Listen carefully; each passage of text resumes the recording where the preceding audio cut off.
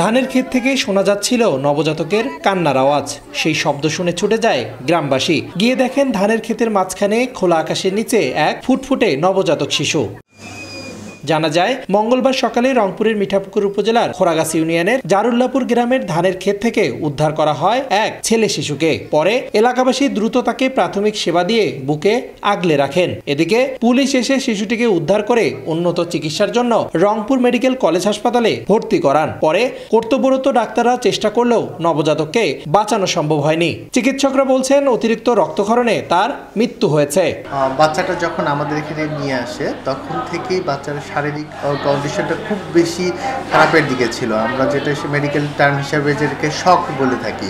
Immediately তার শক ম্যানেজমেন্টের জন্য তাৎক্ষণিক কিছু ম্যানেজমেন্ট দেওয়া হয়, কিন্তু তার বডিতে বেশ কিছু উঁচু কাটা দাগ এবং স্ক্র্যাচ মার্ক পাওয়া যায় এবং তার বডি থেকে রক্ত বের হয়ে যাওয়ার কিছু প্রমাণপত্র আমরা দেখতে পাই যে তার শরীর থেকে বেশ কিছু হেমোরেজ হয়েছে বা রক্তক্ষরণ হয়েছে। সার্জারি ডিপার্টমেন্ট সেই জায়গাগুলোতে বাইট দিয়ে ব্লিডিংগুলো অফ করেন বেশ কিছু। তার পরবর্তীতে পেশেন্ট আবার যখন আমাদের এখানে আসে, আমাদের স্ক্যানুতে নেওয়া হয়, তখনও পেশেন্টের শারীরিক অবস্থা যথেষ্ট খারাপ ছিল এবং এই পর্যায়ে শক ম্যানেজ করতে করতে আমরা রক্তের চাহিদাও দিয়েছিলাম, কিন্তু রক্ত পুরোপুরি ম্যানেজ করার আগেই বাচ্চাটা আর এক্সপায়ার করে। আচরে ক্ষতবিক্ষত ছিল নবজাতকের পুরো শরীর। পুলিশ বলছে, ময়নাতদন্তের পর জানা যাবে মৃত্যুর সঠিক কারণ। এই সংবাদ পাওয়ার পরে আমি অফিসার ইনচার্জকে সংবাদটি জানাই। উনি বলেন যে দ্রুত হাসপাতালে নিয়ে যাওয়ার ব্যবস্থা করো। আমি তাৎক্ষণিকভাবে ওনাদেরকে বলি রংপুরে আসার জন্য। আমিও সঙ্গে সঙ্গে রংপুরে রওনা দিই।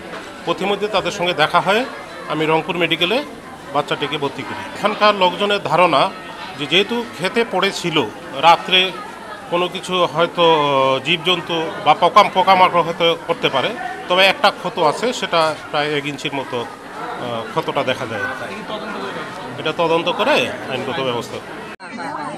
অজ্ঞাত নবজাতক শিশুটিকে কে বা কারা ফেলে গিয়েছিল তা জানা যায়নি। পাওয়া যায়নি শিশুটির কোনো পরিচয়।